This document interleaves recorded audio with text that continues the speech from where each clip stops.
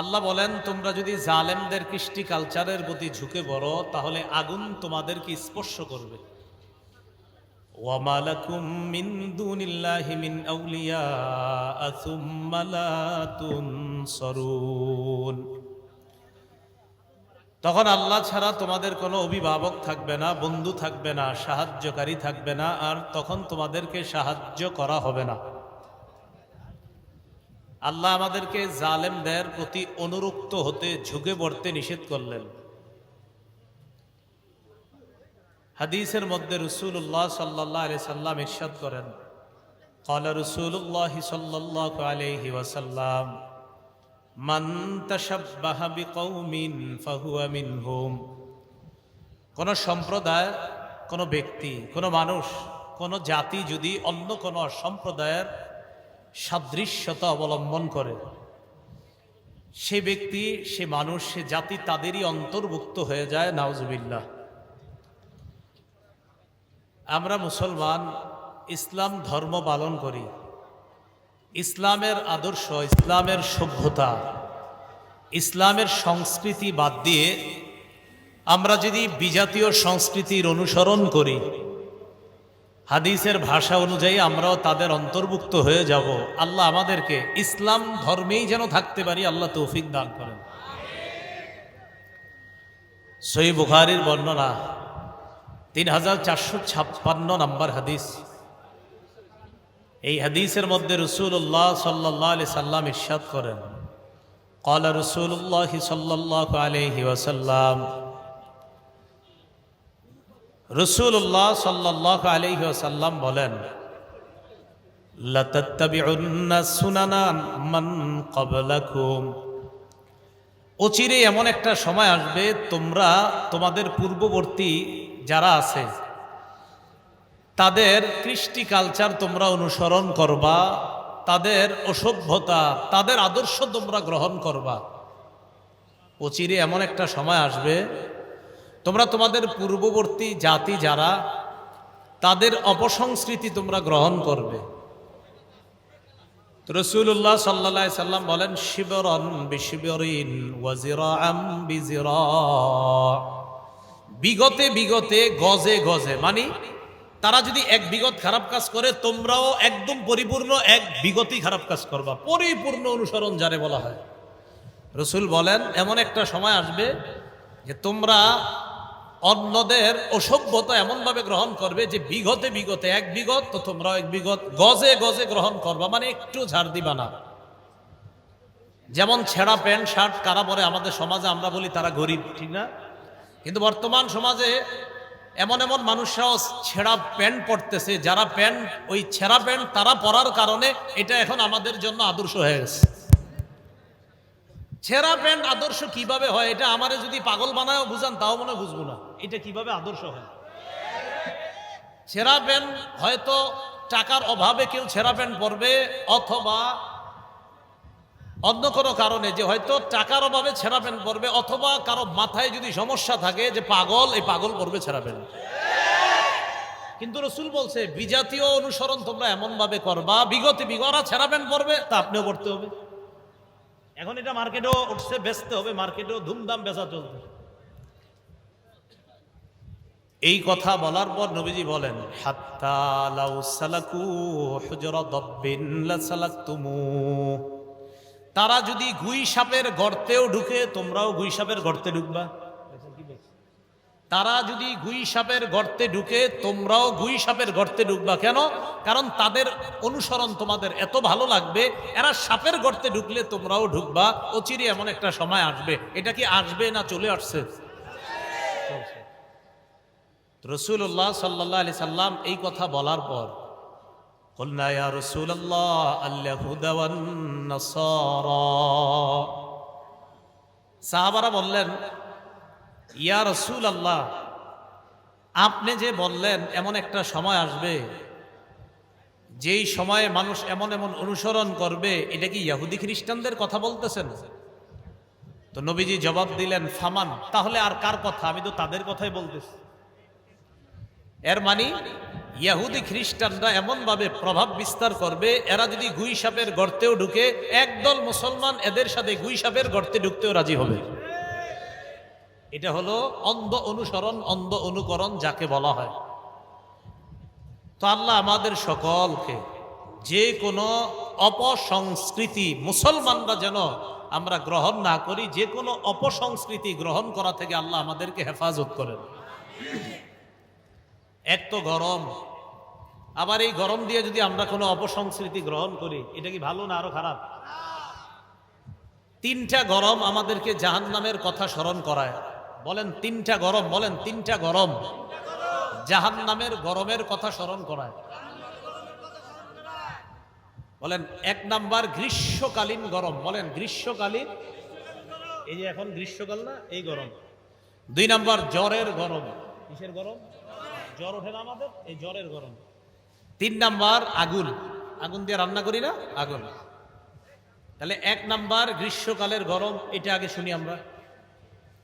সহিহ বুখারীর বর্ণনা 539 নাম্বার হাদিস। এই হাদিসের বর্ণনাকারী আবু যর রাদিয়াল্লাহু তাআলা আন, তিনি বলেন, কুন্না মা'আন নবী সাল্লাল্লাহু আলাইহি ওয়াসাল্লাম ফি সাফার, আমরা রাসূলুল্লাহ সাল্লাল্লাহু আলাইহি সাল্লামের সাথে এক সফরে ছিলাম। ফারাদাল মুয়াজ্জিনু আইয়ুআদ্দিনা লিয-যুহরি, মুয়াজ্জিন সাহেব যোহরের নামাজের আজান দেওয়ার ইচ্ছা করলেন। আমি আবার বলছি, আবু যর গিফারি রাদিয়াল্লাহু তাআলা আনহু বলেন, আমরা রাসূলুল্লাহ সাল্লাল্লাহু আলাইহি সাল্লামের সাথে এক সফরে ছিলাম। মুয়াজ্জিন সাহেব যোহরের নামাজের আজান দেওয়ার ইচ্ছা করলেন। ফাকালা রাসূলুল্লাহ সাল্লাল্লাহু আলাইহি ওয়াসাল্লাম আবরিদ, রাসূলুল্লাহ সাল্লাল্লাহু আলাইহি সাল্লাম মুয়াজ্জিন সাহেবকে বললেন, আরে মেয়ে একটু ঠান্ডা হোক, এরপর আজান দাও, উত্তাপটা একটু কমুক, গরম একটু কমুক, তারপর তুমি আজান দাও।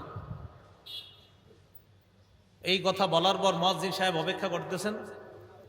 কিছু সময় যাওয়ার পর সুম্মা আরাদাল মুয়াজ্জিনু আইয়ুআজ্জিনা, মুয়াজ্জিন সাহেব আবার আজান দেওয়ার ইচ্ছা করলেন। ফাকালা লাহু রাসূলুল্লাহ সাল্লাল্লাহু আলাইহি ওয়াসাল্লাম আবরিদ, রাসূলুল্লাহ সাল্লাল্লাহু আলাইহি সাল্লাম বললেন, আরে গরমটা একটু কমুক, একটু ঠান্ডা হোক, তারপর আজান দাও। কয়বার হলো? দুইবার। তাহলে আমরা এক সফরে রুবিজির সাথে ছিলাম। মুয়াজ্জিন সাহেব যোহরের নামাজের আজান দেওয়ার ইচ্ছা করলেন। রাসূলুল্লাহ সাল্লাল্লাহু আলাইহি সাল্লাম বললেন, উত্তাপ একটু কমুক, গরমের তীব্রতা একটু কমুক, তারপর আজান দাও। মুয়াজ্জিন সাহেব কিছুটা সময় অপেক্ষা করলেন, এরপর তিনি আবার আজান দেওয়ার ইচ্ছা করলেন। নবীজি বললেন, আরে গরমের তাপ একটু কমুক, তারপর আজান দাও।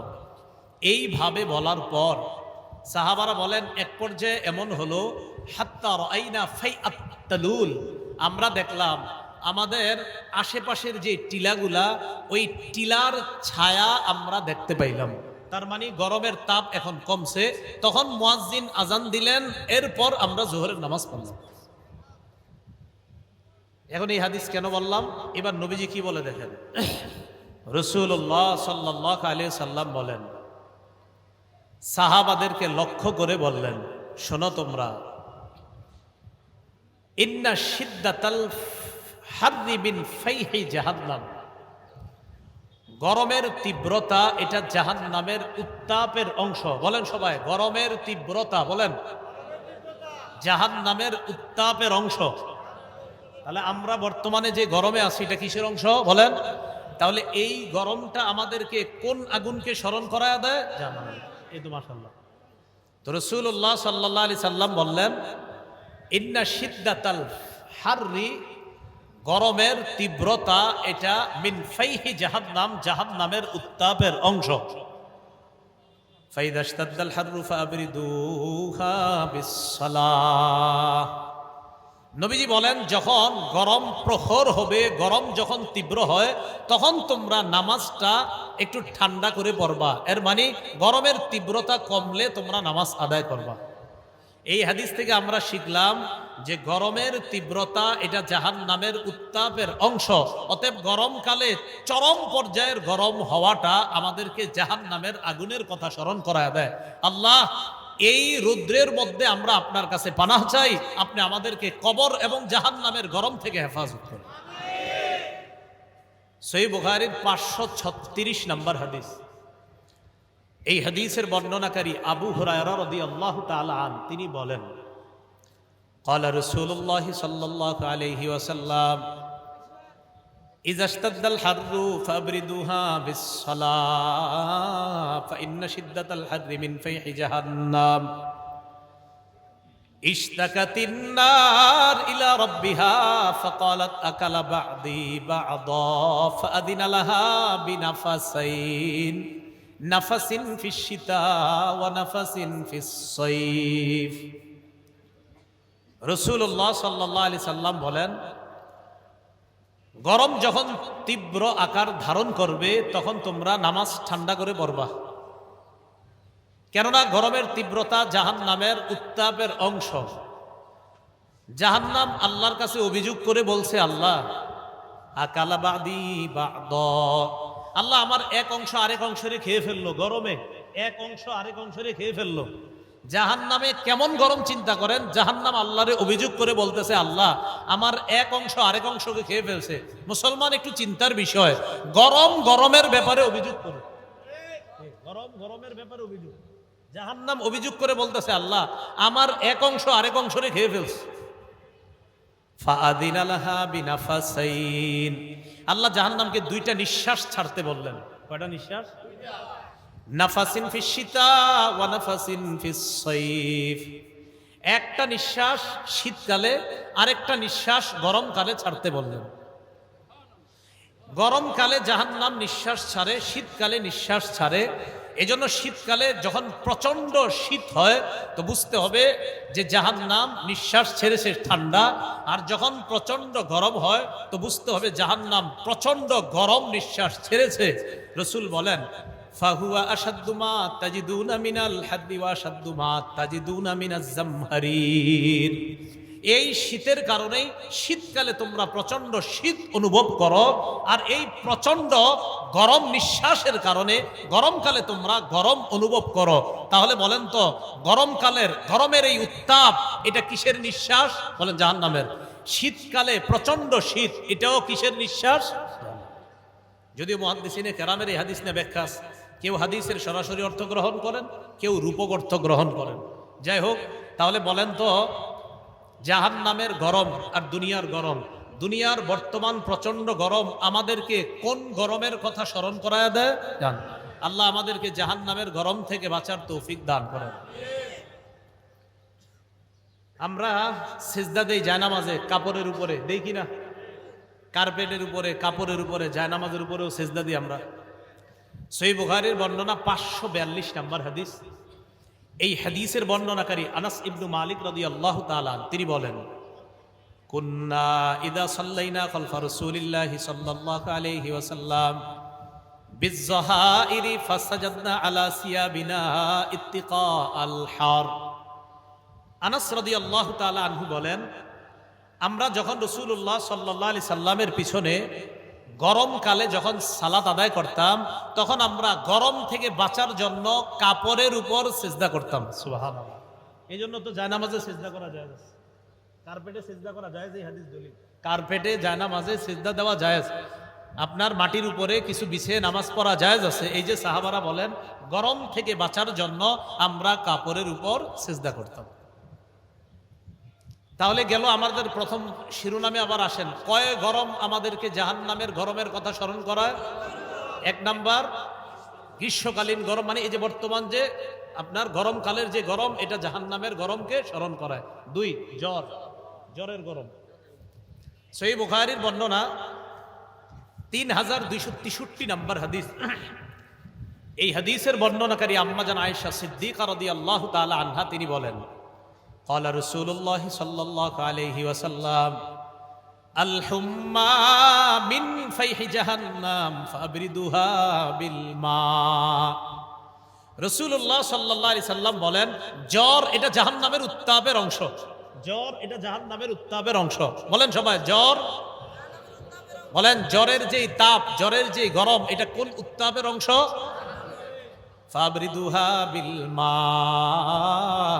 নবীজি বলেন তোমরা এই গরম উত্তাপটাকে ঠান্ডা পানি দিয়ে ঠান্ডা করো, তোমরা গরম উত্তাপকে ঠান্ডা পানি দিয়ে ঠান্ডা করো। তাই তো জ্বর হইলে মাথায় যে পানি দেই আমরা, এটা হাদিস দ্বারা প্রমাণিত। সহিহ বুখারীর 3263 নম্বর হাদিস, আম্মা জান আয়েশা সিদ্দিকা রাদিয়াল্লাহু তাআলা আনহার বর্ণনা। নবীজি বলেছেন আল হুম্মা মিন ফাইহি জাহান্নাম, জ্বর এটা জাহান্নামের তীব্র উত্তাপের অংশ। সুতরাং তোমরা এই জ্বরের যে গরম, এটাকে পানি দিয়ে তোমরা ঠান্ডা করো। তাহলে জ্বর হইলে পানি দেওয়ার দলিল আসেনি? তৃতীয় গরম হলো দুনিয়ার এই গরমটা আমরা আগুন দিয়ে রান্না করি গ্যাসের চুলায়, তো এই আগুনও জাহান্নামের আগুনকে স্মরণ করায়। সহিহ বুখারীর বর্ণনা 3265 নম্বর হাদিস। এই হাদিসের বর্ণনাকারী আবু হুরায়রা রাদিয়াল্লাহু তাআলা আন তিনি বলেন, ক্বালা রাসূলুল্লাহ সাল্লাল্লাহু আলাইহি ওয়াসাল্লাম নারুকুম জুজউম মিন 70 জুজআম মিন নারি জাহান্নাম। রাসূলুল্লাহ সাল্লাল্লাহু আলাইহি সাল্লাম বলেন, তোমাদের যে আগুন, দুনিয়াতে যে আগুন, এই আগুন জাহান্নামের আগুনের 70 ভাগের 1 ভাগ। তোমাদের দুনিয়ার আগুন, বলেন দুনিয়ার আগুন জাহান্নামের আগুনের কয় ভাগের 1 ভাগ? হ্যাঁ, বলেন দুনিয়ার এই যে গরমকালের গরম, এটা কোন গরমকে স্মরণ করায়? জাহান্নামের। 2, জ্বরের গরম কোন গরমকে স্মরণ করায়? 3, দুনিয়ার আগুন, এই আগুনের গরম কোন গরমকে স্মরণ করায়? জাহান্নাম। রাসূলুল্লাহ সাল্লাল্লাহু আলাইহি সাল্লাম বলেন, নারুকুম জুজউম মিন 70 জুজআম মিন নারি জাহান্নাম। তোমাদের এই আগুন জাহান্নামের আগুনের 70 ভাগের 1 ভাগ। কিলা ইয়া রাসূলুল্লাহ, সাহাবাদের মধ্য থেকে প্রশ্ন করা হলো, ইন্নাহা লাকাফিয়া, হুজুর দুনিয়ার আগুনই তো যথেষ্ট, এই আগুন দিয়েই তো আল্লাহ জাহান্নামে জ্বালাইতে পারে, আবার এটারে এত ভাগ করা হলো কেন? নবীজি জবাব দিলেন, ফুদ্দিলাত বিতিসঈ ওয়া সিত্তিনা জুজআ। শোনো, দুনিয়ার এই আগুনের চাইতে জাহান্নামের আগুনটাকে 69 ভাগ বেশি আরো বৃদ্ধি করা হয়েছে। দুনিয়ার 1 ভাগ আর জাহান্নামের 69, এই হলো মোট 70। দুনিয়ার 1 ভাগ আগুনের তাপ আমরা সহ্য করতে পারি না। মুসলমান একটু চিন্তা করা দরকার যে ওই 70 ভাগ আগুন কিভাবে সহ্য করবে। তাহলে আমাদের তৃতীয় কথা, বলেন জাহান্নামের 70 ভাগের 1 ভাগ আগুন যে দুনিয়াতে, এই 1 ভাগ আগুন আমাদেরকে কত ভাগ আগুনকে স্মরণ করায়? জাহান্নামের 69 ভাগ আগুনকে স্মরণ করায়। আল্লাহ আমাদের সকলকে এই গরমের মধ্যে যেন জাহান্নামের গরম, কবরের গরমকে স্মরণ করে দুনিয়াতে থেকেই এই গরম থেকে বেঁচে এরপর কবরে যেতে পারি, আল্লাহ তৌফিক দান করেন। তাহলে আজকের এই যে আবহাওয়াটা গরম না ঠান্ডা? গরম। তাহলে এই গরমে আজকে আমরা এমন কোনো অপরাধ করব না যেই অপরাধ জাহান্নামের গরমে আমাদেরকে নিয়ে যায়, ঠিক না? আরে কি ঠিক? আজকের গরমে এমন কোনো অপরাধ করব না যেই অপরাধ আমাদেরকে কোন গরমে নিয়ে যাবে? জাহান্নামের গরমে। আল্লাহ আমাদেরকে হেফাজত করেন। তাহলে নবীজি বলে দিলেন বিজাতীয় অনুসরণ করা যাবে না, এগুলা গুনাহ। এগুলা করলে আল্লাহ কোরআনের সূরা হুদের মধ্যে বলছে তোমাদেরকে জাহান্নামের আগুন স্পর্শ করবে।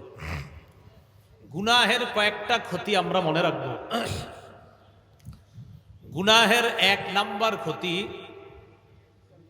আল্লাহর অভিশাপ পরে যেই বান্দা গুনাহ করে তার উপর আল্লাহর অভিশাপ। বলেন যে পাপ করে তার উপর কার অভিশাপ? এই ব্যাপারে আপনাদের সামনে আমি 3টি দৃষ্টান্ত বর্ণনা করব।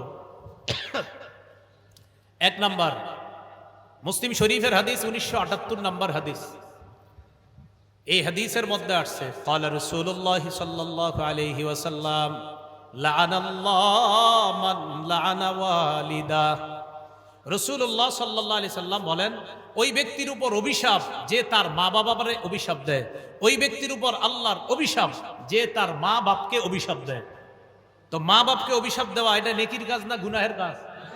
এই গুনাহে বলেন তো, কোন বান্দা যদি মা বাবারে অভিশাপ দেয়, এই গুনাহে ওই ব্যক্তির উপর কার অভিশাপ আসে? ওয়ালাআনাল্লাহু মান যাবাহা লিগাইরিল্লাহ। ওই ব্যক্তির উপর আল্লাহর অভিশাপ যে ব্যক্তি আল্লাহ ছাড়া অন্য কারো নামে পশু জবাই করে। ওই ব্যক্তির উপর আল্লাহর অভিশাপ যে আল্লাহ ছাড়া অন্য কারো নামে কি জবাই করে। তাহলে বলেন তো আপনারা, আল্লাহ ছাড়া অন্য কারো নামে পশু জবাই করা এটা নেকির কাজ না পাপের কাজ? বলেন এই পাপের কারণে মানুষ কার অভিশাপ নিয়ে আসে? আল্লাহ। এরপর কি বলে দেখেন,